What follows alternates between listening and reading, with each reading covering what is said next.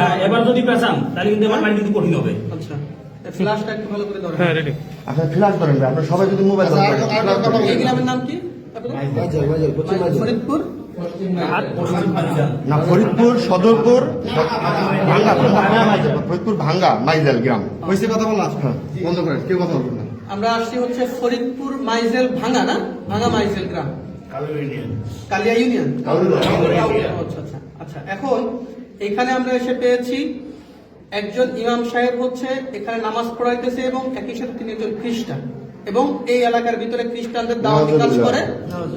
তো এই শবে বরাতের দিনও উনি নামাজ পড়াইছে, মোনাজাত করছে এবং ইনার পিছনে যারা নামাজ পড়ছে এদের নামাজ, খ্রিস্টানের পিছনে তো নামাজ হয় না সাধারণত। আচ্ছা, এরপরে হচ্ছে আর একজন হচ্ছে মোটামুটি জেলা দায়িত্বে আছেন, উনি হচ্ছে জেলা দায়িত্বে আছেন খ্রিস্টানদের এই ফরিদপুরের। আচ্ছা, এখন সর্বশেষ যে ইমাম সাহেবকে দাওয়াত দিছে ওই ইমাম সাহেবের মাধ্যমে আমরা জানতে পারছি যে তিনারা খ্রিস্টান। এখন যাকে দাওয়াত দিছে সরাসরি তার মুখ থেকে আপনারা একটু শুনেন যে তাকে কি বলে দাওয়াত দিয়েছিল এবং কেন আজকে তারা এসেছে বলেন। আসসালামু আলাইকুম ওয়া রাহমাতুল্লাহ। আমি শফিকুল ইসলাম। আমি বাবুনগর মাদ্রাসায় পড়ালেখা করছি, সাথে হাটাজারি মাদ্রাসায় উলুমুল হাদিস পড়াশোনা করছি 2 বছর। আমি এই এলাকায় নতুন ইমাম নিয়োগ হয়েছি, সেই সুবাদে ওনাদের সাথে আর কি আমাদের একজন মুসল্লি বিভিন্ন জনের সাথে পরিচয় করা দিচ্ছিল। সেই বিভিন্ন জনের সাথে পরিচয়ের সুবাদে ওনার সাথে আমার পরিচয়, ওই মুসল্লি ওনার সাথে আমার সাথে পরিচয় করাই দিচ্ছে। তো পরিচয়ের পর্যায়ে উনি আমাকে বলতেছে যে ভাই আসেন, আমরা তো একই ছেলে নিয়ে মানুষ, দুজনই আলেম, তাহলে আমাদের পরিচয়টা আর একটু গভীর হোক। আমি বললাম কিভাবে গভীর হবে? এরপরে বলতেছে যে আমরা একটা কোম্পানির কাজ করি, ওই কোম্পানিতে চাইলে আপনি আমাদের সাথে কাজ করতে পারেন। আল্লাহর রহমতে চাইলে এখানে টাকা পয়সার আপনার কোনো অভাব হবে না। আপনি আপনাদের সাথে থাইকা আমেরিকা, লন্ডন, বড় বড় রাষ্ট্র আপনি সফর করতে পারবেন, ভ্রমণ করতে পারবেন, টাকা পয়সা নিয়ে চলবেন। আর মসজিদে ইমামতি করে কয় টাকা দেয় আর আমাদের? আমি বললাম যে কি কাজ এটা? বলতেছে দিনের দাওয়াত। ওই দিনের দাওয়াত করে টাকা পাওয়া যায়, এটা এমন কি দিনের দাওয়াত? বলেন আমাকে বিস্তারিত খুলে। উনি বলতেছে কয় সব নবীর কথাই তো কোরআন শরীফে আছে, আমরা শুধুমাত্র করি কি ঈসা নবীর দাওয়াতটা আমরা বেশি দিই, অন্য কোনো নবীর আমরা দাওয়াত দিই না, আর আমরা তাকেই মানি। আমি বুঝতে পারলাম যে এখানে আসলে উনি খ্রিস্টান মিশনারিদের একটা কাজ চক্রান্ত, যার কারণে আমি ওনাকে আস্তে আস্তে আস্তে আস্তে আমার লাইনে আনার পর্যায়ে এক পর্যায়ে গত পরশুদিন ফোনে আমার সাথে বলতেছিল যে কোরআনের মধ্যে মুহাম্মাদের নাম আর কয় জায়গায় আছে, তার থেকে আমাদের ঈসা আলাইহিসসালামের নাম, মাসিহা ঈসার নাম আরো বেশি জায়গায় আছে, এরকম বলতেছে। পরে আমি গতকালকে সর্বশেষ জিজ্ঞাসা করি যে ভাই আমার, তাহলে উনি আমাকে অনেকদিন ধরে পারাপারি করতেছিল যে আমাকে কি দিবে, ওই তরিকা দিবে, কিছু কিতাবাদি আমাকে দেওয়ার কথা ছিল, কিন্তু তরিকা না দেওয়ার কারণে কিতাবাদি উনি আমাকে দিচ্ছে না। বলতেছিল তরিকা যদি আপনি নেন তাহলে আপনি কিতাবগুলি আমাদের থেকে নিতে পারবেন, এছাড়া তরিকা না দিলে আপনি আমাদের কোনো কিতাব পাবেন না। বললাম যে তাহলে কি করতে পারবেন? আপনাকে আগে তরিকা নিতে হবে। তরিকা কিভাবে নিব? এই তরিকা নেওয়ার জন্যই আজকে আমার এখানে আসা। যাওয়ার কথা ছিল প্রথমে ফরিদপুর, কিন্তু আমি ফরিদপুর যখন যাচ্ছিলাম না তখন এখানে আসলাম। এখানে এসে আজকে আমাদের কার্যক্রম যেটা ছিল সেটা হচ্ছিল কি যে উনি আর আমি দুজন মিলে আজকের প্রোগ্রাম যেটা ছিল সেটা হচ্ছিল কি আমরা দুজন একসাথে নদীতে নামবো। উনি আমার মাথার উপরে এভাবে হাত দিবে, হাত দিয়ে বলবে যে আপনি কি মাসিহা ঈসাকে একমাত্র মুক্তিদাতা হিসেবে মেনে নিলেন এবং এই ধর্মের উপর কি আপনি থাকার জন্য প্রস্তুত? আমি তখন বলবো যে হ্যাঁ। বলার পরে আমার মাথা ধরে চাপ দিবে, আমি পানিতে ডুব দেবো, এরকম নাকি 3 বার করা হবে। এই বিষয়ে গতকাল আমার সাথে কথা হয় ফোনে, এই ফোন রেকর্ডটাও আমার কাছে আছে, চাইলে আপনারা কেউ ডকুমেন্টস হিসেবে এটা শুনতেও পারেন। এই হিসাবে আজকে আমার এখানে আসা। ওনাদের গত 1 তারিখে ঢাকায় একটা প্রোগ্রাম হওয়ার কথা ছিল, হয়েছেও সেটা। আমাকে উনি যেটা বলছে যে এখানে নাকি শত শত আলেম নাকি থাকে উপস্থিত, যারা বাংলাদেশের বিভিন্ন প্রান্তে মসজিদ মাদ্রাসার খেদমতে আছে। আমার সাথে ওনার সাথে ভিডিওতে কথা হয়েছে, ওইখানে উনি আমাকে পরিচয় করা দিচ্ছে একজন আলেম, যে সে নাকি মিশর আল আজহার বিশ্ববিদ্যালয় থেকে নাকি পড়ালেখা করে আসছে। উনি আমাকে যখন পরিচয় করা যায় তখন উনি এখান থেকে বলতেছে কাইফা হাল, আমিও এদিক থেকে বললাম যে কাইফা হাল ইয়া আখি আলহামদুলিল্লাহ এরকম বললাম। এরপরে দেখুন আমার বাংলা বলতেছে, বুঝলাম যে উনি মিশর থেকে পড়ালেখা করে যদিও আসে নাকি সত্য না মিথ্যা আল্লাহ জানে, তবে উনি আর কি আরবি কিছু পারে। এইভাবে করে আর কি কথা বিষয়গুলো আগাচ্ছিল। পরে আমি আমাদের ভাইদের সাথে, আমাদের মোনাওয়ার ভাই, তারপর ওই পাশে একটা মোনাওয়ার মাদ্রাসা আছে, মাদ্রাসার শিক্ষক উস্তাদ সবার সাথে আমি পরামর্শ করি বিষয়টা নিয়ে, যে ভাই কিভাবে কি করা যায়, কোনটা আমাকে বাকি দিক নির্দেশনা দেয় যে আপনি এইভাবে করে আগান, তাহলে আশা করা যায় আমরা আমাদের বড় একটা গ্রুপকে ইমানের হেফাজত করতে পারবো। এই হচ্ছে আমাদের আজকের বিষয়। বাদ বাকি কথা নাই আশা করি স্বীকার করতে হবে এই জন্যই কারণ সকল প্রকারের ডকুমেন্টস আমাদের কাছে অলরেডি আছে। আমার কাছে আছে। এই যে কিতাবগুলি দেখতেছেন, এই কিতাবগুলো উনি আমাকে আগে অনেকবার বলছে যে কিতাবগুলো আমার কাছে আছে, কিন্তু দিবে না কেন? তরিকা না দিলে নাকি কিতাব দিতে পারবে না। এই জন্য গতকাল আমি আসছিলাম ওনার মসজিদে, আইসা আমি মসজিদ থেকে ওনার কিতাবগুলো উনি আমাকে দেখায় নাই, কিন্তু আমি সিস্টেম করে আমি দেখছি কিতাবগুলো, আমি দেখে গেছি। এই কিতাব আর তরিকা এই দুটো নেওয়ার জন্য আজকে মূলত এখানে আসা। তো আমি আপনাদের কাছে আবেদন করবো যে টাকা, হ্যাঁ কিছু টাকাও দেওয়ার কথা ছিল। আমার সাথে ওনাদের একজন আছে, আলেম আছে, যে কুমিল্লা আছে, মুফতি আকিদুল ইসলাম, কুমিল্লা দাউদকান্দিতে আছে, একটা মসজিদের ইমামতি করে, সাথে একটা দাখিল মাদ্রাসা উনি শিক্ষকতা করে। তো ওনার সাথেও আমার সাথে গতকালকে কথা হয়েছে প্রায় 20 মিনিট এই হোয়াটসঅ্যাপে। এটাও আমার কাছে কল রেকর্ড আছে।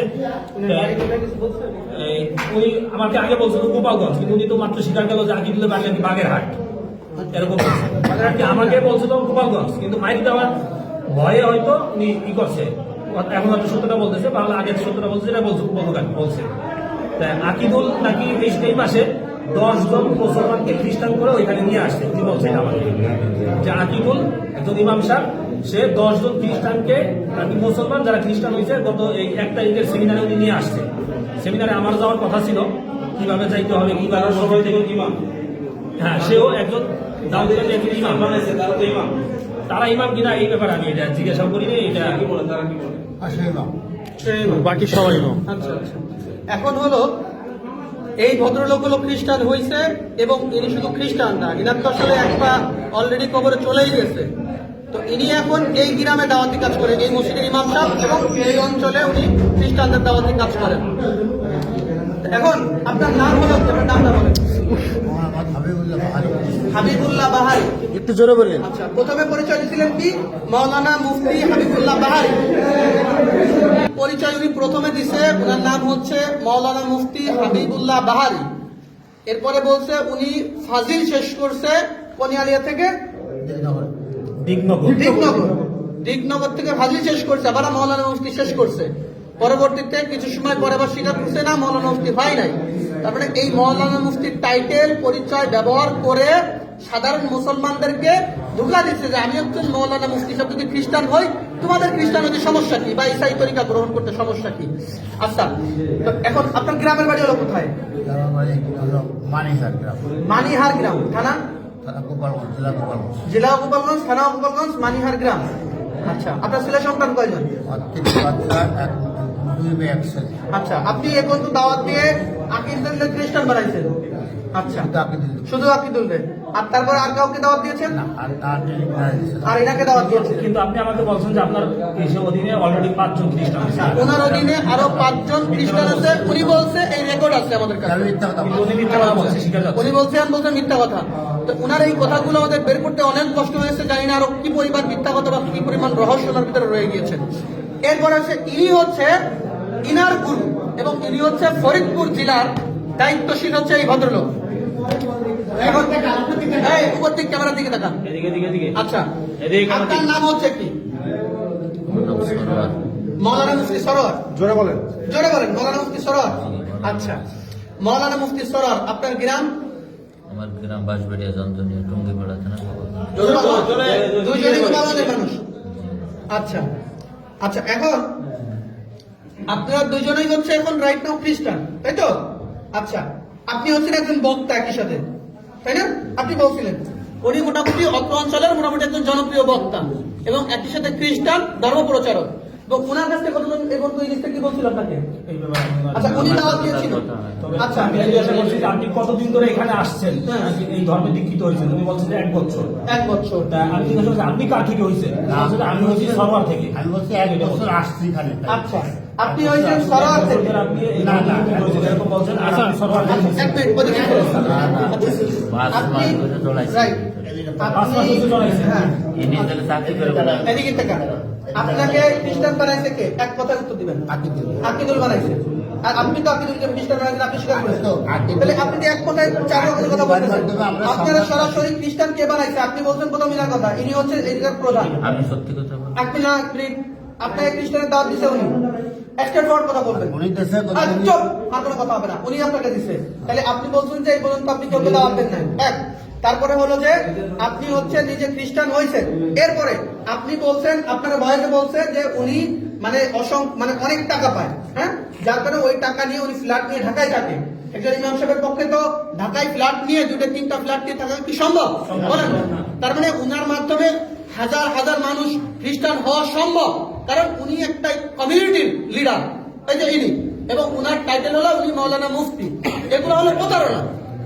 হ্যাঁ, এবার গত মাসে 1 লাখ টাকা কামাইছে, তাই না? তাই বলছে ভিডিও আছে। আচ্ছা, আর আপনি এক মিনিট আপনি উনাকে দাওয়াত দিয়েছেন, স্ট্রেট ফরওয়ার্ড কথা বলবেন, উনাকে দাওয়াত দিয়েছেন, তোমার নিকাঙ্গা চুপ, দাওয়াত দিয়েছেন, ওকে। আপনি বলছেন যে আপনি কারো দাওয়াত দেন নাই, এই একজন পাওয়া গেল আপনাদের খ্রিস্টান, ওই একজন পাওয়া গেল উনি উনাকে দাওয়াত দিয়েছেন। আচ্ছা আচ্ছা, এই হলো আচ্ছা এই হলো আমাদের অবস্থা। আর এইরকম অবস্থায় সারা বাংলাদেশে এইরকম অসংখ্য মানুষ পাওয়া যাচ্ছে যারা এই ধরনের প্রতারণা আমাদের মুসলমান কমিউনিটির সাথে করতেছে। ওনারা দুজনে খ্রিস্টান, অথচ ওনারা টুপি দাঁড়িয়ে এখনো ওনাদের লিপস্টিক আছে। তার মানে এটা হলো মূলত আমাদের সাথে প্রতারণা, সাধারণ মুসলমানদের সাথে প্রতারণা। এইভাবে এই দেশটাকে তিলে তিলে এই খ্রিস্টানরা দখল করে ফেলতেছে। আমাদের বান্দরবন, খাগড়াছড়ি, এই সমস্ত জায়গাগুলো আমাদের দিনাজপুর সব জায়গায় একই অবস্থা ভাই। তো এই জন্য এই যে ইনাদের আপনাদের কাছে কোনো তথ্য আছে এদের ব্যাপারে? আচ্ছা, যাই হোক, এই হলো অবস্থা আমাদের। তো আমরা ওনাদেরকে পাইছি, এই হলো কিতাব, এই কিতাবের মাধ্যমে, এই কিতাবের নাম দিচ্ছে কিতাবুল মুকাদ্দাস, অথচ এই কিতাবের নাম হিন্দুদের মানে খ্রিস্টানদের ধর্মগ্রন্থের নাম হচ্ছে বাইবেল, কি নাম?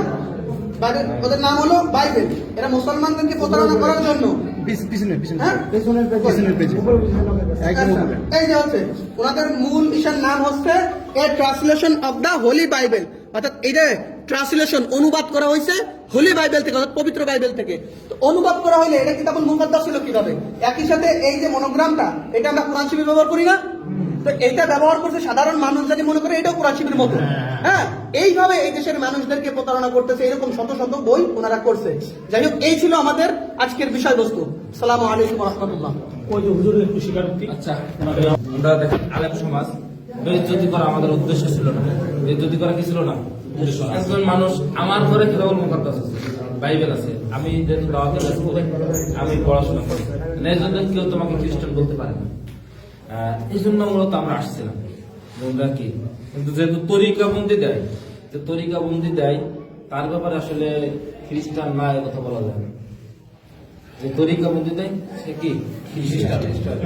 যে আমার কথা বোঝেন, আপনি মুসলমান না হলে তারা কিন্তু খতম করে মুসলমান করাতে পারবেন না, আর একজন কালিমা পড়ে মুসলমান করাতে পারবেন না, এটা কি না? সম্ভব না।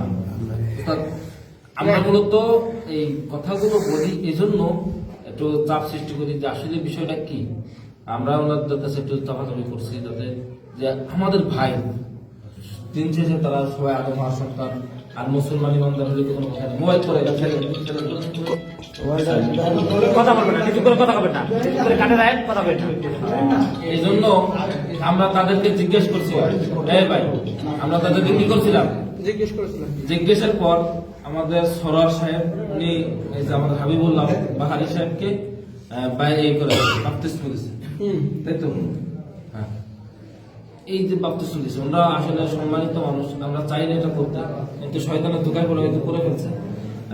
তওবার সুযোগ আছে প্রকাশ্যে, যেহেতু এটা কবে কখন করবো এটা আমরা জানি না। আমরা এই জন্য আসলে ভাই, এখন যদি আমরা বাইরে ছেড়ে দেই, এটা আইন মানে ওই যে যারা আছে বাইরে তারা তুলে নেবে। এই জন্য আমরা চাচ্ছি আমাদের ভাই যেহেতু তারা প্রমাণিত হয়ে গেছে যে তারা কি করছে, মুসলমানদের ভেষ ধরে খ্রিস্টানদের প্রচার করছে, এটা দেশের আইন অনুযায়ী দণ্ডনীয় অপরাধ, এক ধর্মের পোশাক করে অন্য ধর্ম প্রচার করা, ঠিক আছে? এজন্য আমরা তাদেরকে প্রশাসনের হাতে তুলে দিতে চাচ্ছি। কারণ আমি নিলে পারা আজকে হয়তো এই গ্রামে আমি থাকবো না, আমি আমার বাড়ি বলবাড়ি থানা জেলার সরকার, কিন্তু কালকে এই এলাকাবাসী থাকবে, কিন্তু মাথা গরম করলে কিন্তু ভাই হবে না, ঠিক আছে? আমরা তাদেরকে আর একটা কথা কি দাওয়াত যেটা সেটা আমরা সে আপনার মানুষ এই মসজিদের সভাপতি আছেন, তারা থেকে আমরা বেরোয় যাবো, সবাইকে নিয়ে যাবো।